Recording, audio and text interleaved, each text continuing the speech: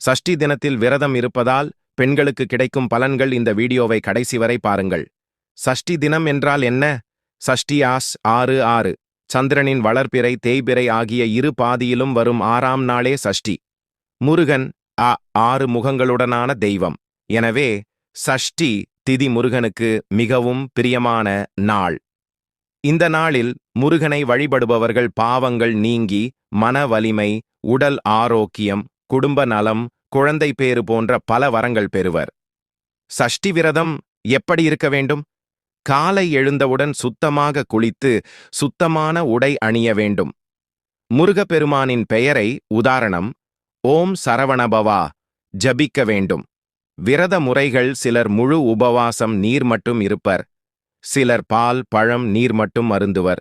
முடியாதவர்கள் ஒருவேளை சாப்பாடு சுத்த சைவம் உண்ணலாம். மாலை நேரம்